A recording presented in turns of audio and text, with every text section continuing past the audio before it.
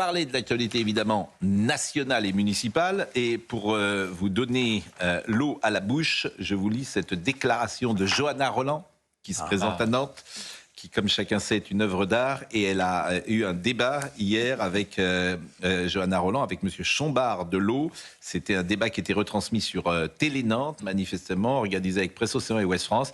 Et elle a dit, écoutez, M. Chombard de l'Eau, vous êtes un représentant du patriarcat, vous êtes sur des logiques virilistes. Nantes est une ville féministe et elle le restera. On en est là à ce niveau aujourd'hui de faire de la politique. Quand on entend Johanna Rolland, on a l'impression que Fouque Chombard-Delaux, c'est un nazi, alors que c'est quand même un candidat du centre-droit, soutenu par le MoDem, par Sarah El Haïry. Enfin, je veux dire, c'est vraiment lunaire les accusations de Mais Mme vous ne parlez Rolland. pas de l'essentiel, c'est que ça va marcher. Oui, une ville féministe, je ne comprends pas le concept. Vous le demanderez. Alors, on va voir si ça va marcher, c'est bien possible. Madame Rolland, qui avait perdu sa mairie dimanche soir, et qui a fait l'accord, effectivement, de la honte avec la France Insoumise, vue comme un parti antisémite, fasciste. C'est un accord technique. Et c'est une fusion technique, a-t-elle dit. Bon, on n'entend pas François Hollande, on n'entend pas les grandes consciences de la gauche. Vous avez vu François Hollande à Tulle? Ah oui. Il a demandé au maire de Tulle, il a dit l'union. Voilà. C'est-à-dire qu'à la France Inter, il dit attention, pas LFI. Puis en fait, en coulisses, au maire de Tulle, il dit vas-y, va t'allier avec LFI, pas de problème. C'est ça. Donc, évidemment, c'est le bal des faux culs. François Hollande en est un des représentants historiques. Bal des hypocrites, bien évidemment. Mais on n'est pas étonné. Moi, je ne suis pas étonné. Moi non plus, je ne suis pas étonné. Je les connais par cœur. Le petit sou, leur avantage, leur petit siège, il n'y a que ça. Vous savez, Mme Rolland, elle gagne 9 000 € par mois. 9 000 € par mois.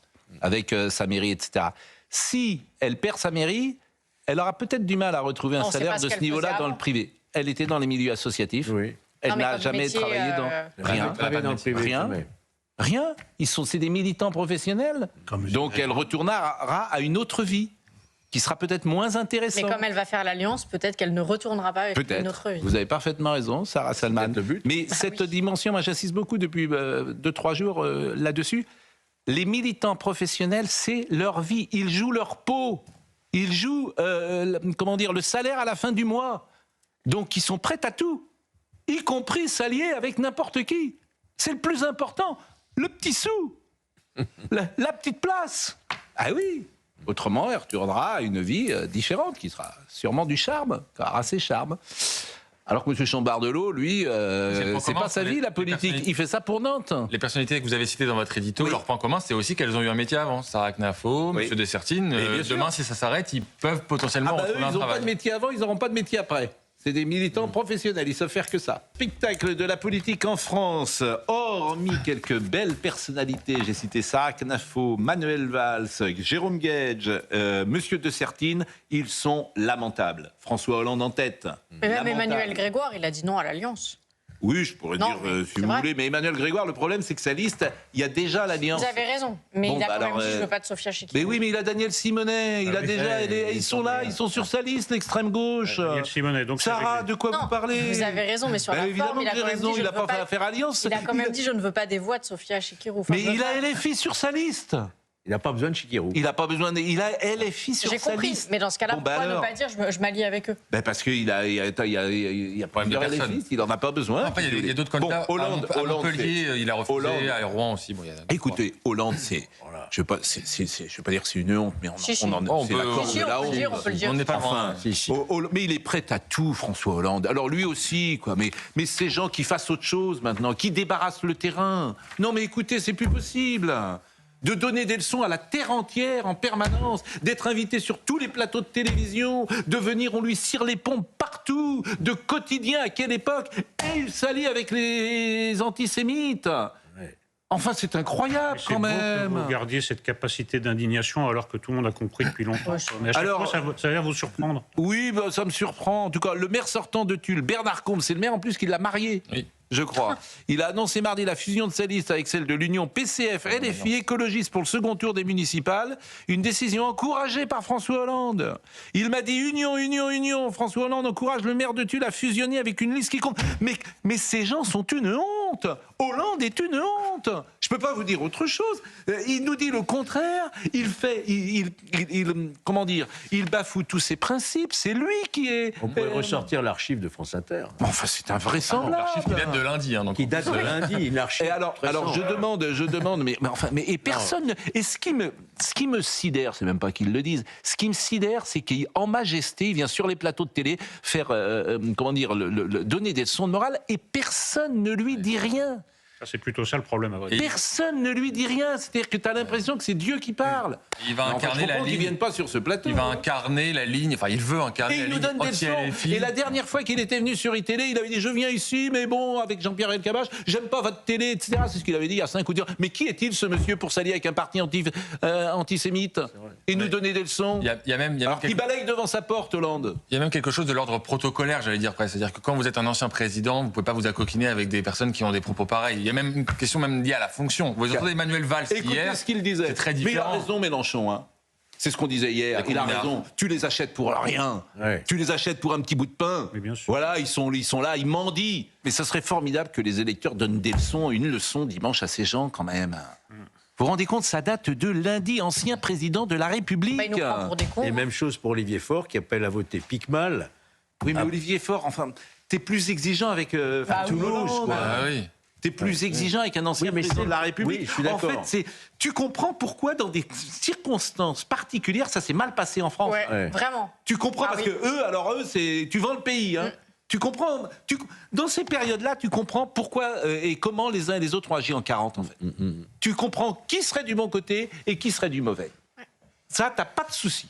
Mais ce qui est terrifiant, c'est que François Hollande, c'est quand même le président qui a incarné celui qui a tenu bon face à la vague d'attentats de 2015 et qui aujourd'hui, pour des petits postes, des petites combines, s'accommode de discours qui, pour certains, à la France Insoumise, flirtent avec les milieux islamistes. Donc c'est en effet une déchéance terrible. Et surtout qu'il veut incarner, soi-disant, la gauche sociodémocrate. Il faudrait qu'il soit sanctionné par les électeurs, tout simplement. Je vais vous dire, il n'y a que ça. Et vous entendrez, là, les artistes, les consciences de gauche, vous les entendez, mais c'est des lâches, ils se couche. Vous entendez un comédien, une comédienne, un écrivain, une écrivaine, un philosophe, etc. Il y a quelques personnes, Manuel Valls, parce que ça leur convient. Et bien sûr, ça leur convient. Ça leur convient. Exactement. Évidemment, ça leur convient. Alors j'ai vu que M. Mélenchon a dit de François Hollande fait pitié, mais je ne crois pas qu'il pourra être de nouveau élu député en 2027 pour les Insoumis. Alors évidemment, il y a quand même des voix qui sont différentes et qu'il faut saluer. François Hollande, je vous assure, c'est incompréhensible. Mais il n'y a pas un syndrome de Stockholm, parce que Jean-Luc Mélenchon lui dit qu'il fait pitié, et lui il dit on va quand même faire l'union. Non mais attendez, alors, en termes de syndrome de Stockholm, Mme Roland, elle en a eu pour son grade. C'est-à-dire que non seulement elle mange son chapeau, je mets des guillemets, elle va s'allier avec la LFI alors qu'elle a promis qu'elle le ferait jamais, et en plus, les insoumis sur les réseaux sociaux disent « Ah, vous voyez, on peut jamais faire confiance aux socialistes. » Ils font l'inverse. En fait, c'est vraiment le syndrome de Stockholm. On va parler dans une seconde de M. Vanier, parce que c'est M. Vanier qui a fait un petit tweet sur... Et Andy Kerbrad aussi. Andy Kerbrad, vous savez, c'est lui qui a acheté de la drogue sur un quai de métro. C'est le député de la LFI à Nantes. Donc c'est l'allié de Mme Roland maintenant. Mais il se fiche d'elle, il la piétine parce qu'il sait qu'elle cédera. Elle n'a aucune valeur ni aucune conviction. Je vous le répète, ce qui est important pour elle, c'est qu'autrement, elle est au chômage. Est-ce qu'on peut revenir un instant sur Jérôme Guedj ? Oui, restons sur Jérôme Guedj. Il reste au milieu du gué, monsieur Guedj. Moi, j'ai écouté son interview chez Laurence Ferrari, j'avais mal pour lui, mais il faut qu'il quitte ce parti. En fait, il faut qu'il aille jusqu'au bout. Là, il est en train de nous dire c'est insupportable, il pactise avec ceci, cela, ils disent ceci, cela. Il faut partir. Déjà en 2024, il s'est présenté sans la France Insoumise et c'était remarquable de se présenter sans la France Insoumise. Jérôme Guedj, c'est pas celui qui a le plus de leçons à recevoir. Quand on appartient à un parti dont on dénonce à longueur de journée les compromis, les compromissions, il faut en tirer les conséquences. Mais il a fait acte de candidature à présidentielle, je crois. C'est une manière de se démarquer. Oui, mais non, il est encore... Non, mais c'est une bonne question. Il espère faire bouger les choses de l'intérieur. C'est toujours la même chose, mais si tu sors... Bon, si tu sors, c'est compliqué. Alors, Jérôme Guedj, non mais on termine sur François Hollande. C'est même incompréhensible, François Hollande, parce qu'il avait bâti une stratégie, on l'avait dit d'ailleurs ici, moi je trouvais que c'était le meilleur. Souvent j'ai dit ça, je trouve que c'est le plus habile. Bon, mais là, enfin, il se... honnêtement, je pense qu'il comptait sur le fait que ça passe relativement inaperçu. Mais ça, c'est un truc qui va lui rester. Et donc, même pour Griezmann et ça, on va lui ressortir en permanence. Bien sûr. Mais il se couche. Ce sera oublié, on passe. Non. Gabriel Attal, il traîne ça. Gabriel Attal, comment dire, Édouard Philippe, c'est une catastrophe son résultat au Havre. Hein. Un maire qui se représente, qui fait 43%, il va être élu, mais il devrait faire 65%. Ah oui. Vous le savez comme moi, comme le maire de Béziers, comme le maire de Cannes, qui est réélu au premier tour. Il fait 43, il se rattrape vraiment, il va sans doute être élu. C'est pas une catastrophe non plus. Non, mais quand on a le statut qui est le sien, on s'attend à passer du premier tour. Quand même. Donc, il y a quand même sa marque dans l'opinion. Je veux dire, il a refusé Sarah Knafo l'alliance. Les gens de droite, ils vont s'en souvenir. Tout ça, ils vont être balayés. Cette génération, c'est une génération de losers à droite. Ils vont être balayés. Balayés, je peux vous mettre mon billet, si j'ose dire. Écoutons Monsieur Valls, qui est honneur de la politique, puisque lui, il a des principes, des valeurs, et il le dit. Manuel Valls. C'est l'accord de la honte, et pas seulement à Toulouse, nous en parlerons. Ça donne la nausée, oui, c'est à vomir, parce que rien ne peut justifier que l'on s'allie avec un parti, un mouvement, celui de Jean-Luc Mélenchon, et nous l'avons vu tout au long de ces dernières semaines d'ailleurs, qui fait de la haine des Juifs et d'Israël, depuis des mois, depuis des années, son fonds de commerce. Je connais bien Johanna Roland, c'est la numéro 2 du Parti socialiste. Et elle, là aussi, elle passe un accord avec LFI, alors qu'en face, elle a Foul Chambard-Delot, avec Sarah El-Ri, qui était membre du gouvernement ces dernières années. Ces gens, on peut les combattre pour 1000 raisons, sur des projets locaux. Enfin, à Nantes, où il y a de réels problèmes d'insécurité, on ne s'allie pas avec le parti qui explique que la police tue. Bon, alors, ce qui est paradoxal, c'est qu'Emmanuel Valls, il vote quand même Grégoire, donc Simonet. Oui, et surtout, moi je trouve ça très bien ce qu'il dit, mais il n'est pas candidat, Manuel Valls non plus. Oui. C'est-à-dire que le jour où il va être candidat, il aura le même discours. Il vote Grégoire, et dans la liste de Grégoire, il y a Simonet. Ouais. Voilà. Qui a reçu Jeremy Corbyn, député britannique, accusé d'antisémitisme. Non, mais c'est ce que je vous dis à propos de Guette. Il faut. Mais là encore, il est quand même clair. Il faut une rupture. Là, c'est des petits arrangements encore. C'est pas encore assez net. Il y en a un qui est clair, c'est Bernard Cazeneuve. Simonet, écoutez. Bernard Cazeneuve, lui, il est. Simonet, c'est le pire de LFI quand même. Jérémy Corbyn, c'est l'antisémitisme mondain, officiel. Alors, voilà. Le tweet dont vous avez parlé tout à l'heure de Paul Vannier. Paul Vannier, ça c'est exceptionnel parce que c'est un moment de jubilation. C'est-à-dire qu'il leur marche dessus, il les humilie, il les traite comme qu'ils sont des nuls. C'est ça qu'ils leur disent. Vous êtes des nuls, vous êtes des minables. Et ils en redemandent. Oui. Pourquoi ? Parce qu'ils vont gagner. Parce qu'autrement, ils perdraient. Donc, ils le savent. Alors, numéro 2 du PS, elle a depuis signé l'accord proposé par notre tête de liste insoumise à Nantes, William Aucan. Ne croyez jamais un socialiste. Voilà ce qu'il dit. Et elle se laisse faire parce qu'elle n'a pas le choix. Elle se laisse faire. Dans la même veine, vous le savez, je l'ai dit, il n'y aura pas d'accord avec la France insoumise. Johanna Roland. On verra ce que diront les Et dans la même veine, je vous le disais, Andy Kerbrad. Donc rappelez-vous, c'est ce député qui a acheté de la drogue à un mineur sur le quai d'un métro, qui est député de la France insoumise à Nantes. Il se permet hier de venir devant les caméras dire pourquoi Mme Roland n'a pas voulu s'afficher avec nous lorsqu'elle a déposé sa liste à la préfecture. Est-ce qu'elle a honte de nous ?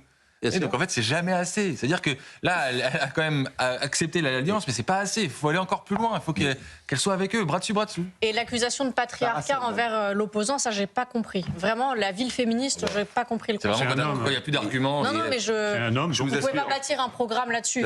Soyons sérieux de minutes. Il y a un problème de niveau. Hier, on a reçu Sarah Knafo pendant 20 minutes, et puis après, on a écouté une minute Madame Roland. Il y a un vrai problème de niveau. Voilà.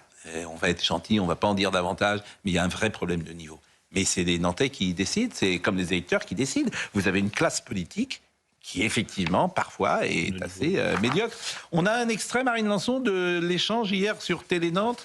Non, alors, il y a ce que je vous ai montré, donc il y a cet échange. Effectivement, le débat a été de ce niveau-là. Écoutez, M. Chambard-Delot, vous êtes un représentant du patriarcat. Non, mais ça marche. Vous êtes sur des logiques virilistes. Patriarcat, viriliste, fasciste, ça marche comme argument. C'est ça qui est le plus beau. On rappelle qu'il est encore une fois le candidat du centre et de la droite. Non, mais quels sont ces arguments pour affirmer ça ? Et elle le restera. C'est pas la peine. C'est la nazification de tout le monde pour espérer gagner. Écoutez, Madame Johanna Roland, ce qu'elle disait, c'est un peu comme François Hollande. Il y a une différence de degré, mais pas de nature. Écoutez ce qu'elle disait il y a quelques semaines. Écoutez ce qu'elle a dit hier. Vous le savez, je l'ai dit. il n'y aura pas d'accord avec la France insoumise. La campagne démarre, ils ont désormais des chefs de file, ils font campagne, les choses sont claires, ils ne souhaitaient pas d'accord avec moi et je ne souhaitais pas d'accord avec eux. Nous avons donc en responsabilité proposé cette fusion démocratique, ce qu'on appelle cet accord technique, pour être très clair. Ça veut dire que les élus de la France insoumise siégeront demain dans l'opposition. J'ai dit les choses de manière extrêmement claire depuis le début de la campagne. Non, mais ça, c'était la meilleure phrase. J'ai toujours dit les choses de manière claire, mais contradictoire. Vous savez, hier, notre journaliste sur place, Augustin Donadieu, a posé la question à Johanna Rolland, ce qu'elle répondait à Jean-Luc Mélenchon, la séquence qu'on a diffusée hier matin, où il parle des combinards, on peut les acheter à pas cher. Elle ne veut pas répondre. Elle ne veut pas répondre parce qu'en fait, elle sait qu'il a raison. Et c'est ça qui est terrible, c'est que même dans l'échange, on le constate. Elle est embêtée. Non, mais il y a un problème de niveau. Notre journaliste Augustin Donadieu a eu raison d'insister, mais elle n'a quand même pas répondu. C'est vraiment la chanson de Jacques Dutronc. Hein. Alors, Foulques Chambardelot, vous voulez l'écouter, mais elle ne peut pas répondre, mais c'est la médiocrité, mais à un niveau rarement vu en politique, la séquence. C'est un problème de niveau. C'est un problème de niveau. C'est-à-dire que c'est des gens qui... Il n'y a pas de conviction. D'ailleurs, elle était... Jean-Marc Ayrault a dit... Il est furieux, hein, Jean-Marc Ayrault. Mais lui aussi, il est lâche, parce qu'il ne parlera pas. Il est lâche. Ça ne m'étonne pas d'ailleurs de Jean-Marc Ayrault. Mais il a dit en privé, il a dit, Madame Rolland... Je suis obligé de vous modérer. Mais non, mais c'est vrai, il a qu'à dire ce qu'il pense. La lâcheté, c'est quoi? C'est de ne pas dire ce que tu penses. Puisqu'il n'est pas d'accord, il le dit en privé. Il a dit, je lui ai donné un wagon neuf, elle l'a détruit. Mais il n'est pas d'accord comme François Hollande n'est pas d'accord ou parce non, il n'est pas d'accord sur l'accord. D'abord, il n'est pas d'accord sur ce qu'elle a fait de Nantes. Déjà, lui avait bien commencé le travail. Elle, bon, et donc il n'est pas d'accord sur ce qui est devenu Nantes. Elle était son adjointe quand même. Hein. Mais oui, bien sûr, mais elle n'était pas du tout comme ça. Hein. Ah bon? Mais elle n'était pas du tout comme ça. Tous ceux qui l'ont connue soulignent. Mais après, vous savez, le cocktail de la réussite parfois, et quand on n'est pas forcément au niveau, c'est un cocktail détonnant. Hein. Ça peut faire des étincelles. Donc, bon, Jean-Marc Ayrault, et il a dit ça. Il le dit dans tout Nantes. Donc, la question, c'est est-ce que les électeurs vont suivre? Il y a un sondage paru ce matin qui dit qu'un électeur socialiste sur deux, un sympathisant socialiste sur deux, approuve les fusions avec LFI. En revanche, elle peut compter sur une chose, Ouest France. Ouest France est avec Madame Rolland. À fond. Ça, la rédaction d'Ouest France, Nantes, ça, il n'y a pas de souci. C'est les meilleurs attachés de presse de Johanna Rolland. Écoutons Foulques Chambardelot. Face au choc, à la déflagration qu'est l'annonce de l'alliance de la honte de Madame Rolland avec la France insoumise, nous, responsables politiques nantais et candidats de l'Union républicaine de la droite et du centre, prenons acte de la gravité de cette décision. Aujourd'hui, la France insoumise, c'est un parti politique qui est ouvertement antisémite, après les jeux de mots que Madame Rolland cautionne, les jeux de mots de Jean-Luc Mélenchon sur des noms à consonance juive qui ont été publiquement moqués. Et ça, elle ne l'a jamais condamné, c'est une faute grave. Et maintenant, elle s'est alliée avec eux. Madame Rolland avait la possibilité de s'allier avec le centre-gauche. Elle a décidé de ne pas le faire. À l'inverse des maires et des candidats de Paris, de Marseille, de Rennes, de Montpellier, de Strasbourg, de Metz, de Lille, de Bordeaux, que je tiens à saluer, des candidats PS, qui ont décidé de ne pas franchir cette ligne rouge. Elle a franchi la ligne rouge, la ligne de la honte, la ligne du déshonneur. C'est au Nantais de décider. On peut pour un candidat du patriarcat, je constate qu'il est aux côtés de Sarah El Haïry, que leurs deux visages sont présents sur l'affiche. Sarah El Haïry, dont on connaît l'engagement féministe, Modem. Bon, bref, c'est encore une fois la preuve que les arguments de Mme Rolland. Non, mais après, si les électeurs votent pour elle, il y a un moment. Exactement. Oui, on a les élus qu'on mérite, on dit. Exactement. Paris. Alors, c'est vrai que quand elle fait 40% de logements sociaux, etc., en fait, le but de la gauche, c'est de paupériser le maximum de gens. Autrement, tu n'as plus d'électeurs. Il faut bien comprendre ça. Donc, si tu avais une politique libérale en France, les gens seraient un peu plus riches et la gauche aurait un peu moins d'électeurs. Parce que tout le monde y gagnerait. Hein, mais le but, comprenez bien ça, la gauche, elle veut les pauvres. Elle les aime tellement qu'elle les multiplie. Donc, c'est la base. Les deux candidats... on va parler de Paris. Et je dois vous dire que les deux candidats, Rachida Dati et Emmanuel Grégoire, sont d'accord pour que le débat initialement prévu sur BFM soit également diffusé sur les antennes de CNews, Europe 1 et de LCI. Donc, il n'y a pas de raison, je pense, de privatiser ce débat démocratique qui devait avoir lieu. Exactement, c'est ce qu'elle a dit à Laurence Ferrari. Et la question aussi, c'est est-ce qu'il y aura Mme Chekirou dans ce débat? Ce matin, Mme Dati a dit pourquoi ne pas inviter Mme Chikirou à ce débat. Elle est candidate aussi au second tour. C'est tout à fait logique. Ah oui. C'est tout à fait logique ce qu'a dit Rachida. Visiblement, alors ce qu'elle disait, là encore, je cite Rachida Dati, elle disait que c'était Emmanuel Grégoire qui visiblement ne voulait pas que Sophia Chikirou participe à ce débat. Alors je ne sais pas si c'est vrai, en tout cas c'est ce qu'elle a dit ce matin. Il n'a peut-être pas envie d'entendre les questions de pourquoi vous avez des élus LFI sur votre liste. Vous savez, Jean-Luc Mélenchon, il ne voulait pas parler avec notre ami Éric Nolot. Hein. Donc c'est pareil. Il lance un nouvel appel aujourd'hui. Bon, on a, je crois, une réaction de Manuel Bompard sur le débat. Selon nos informations, une codiffusion des débats des élections municipales à Paris est actuellement en discussion entre les différentes chaînes d'information. Il semble que LCI et CNews sont favorables à la présidence de Sophia Chikirou, mais que BFM et Emmanuel Grégoire se sont mis d'accord pour refuser cette possibilité. L'anti-LFI est donc désormais la ligne éditoriale assumée de BFM. On a pu voir avec le traitement réservé par cette chaîne au maire de Saint-Denis, Bali Bagayoko. Finalement, Manuel Bompard va préférer CNews. La liberté. C'est la liberté d'expression, CNews. Vous vous rendez compte? Après, Manuel Bompard, il vient sur la chaîne de temps en temps, il me semble. C'est un truc que tout le monde n'a pas, la liberté d'expression.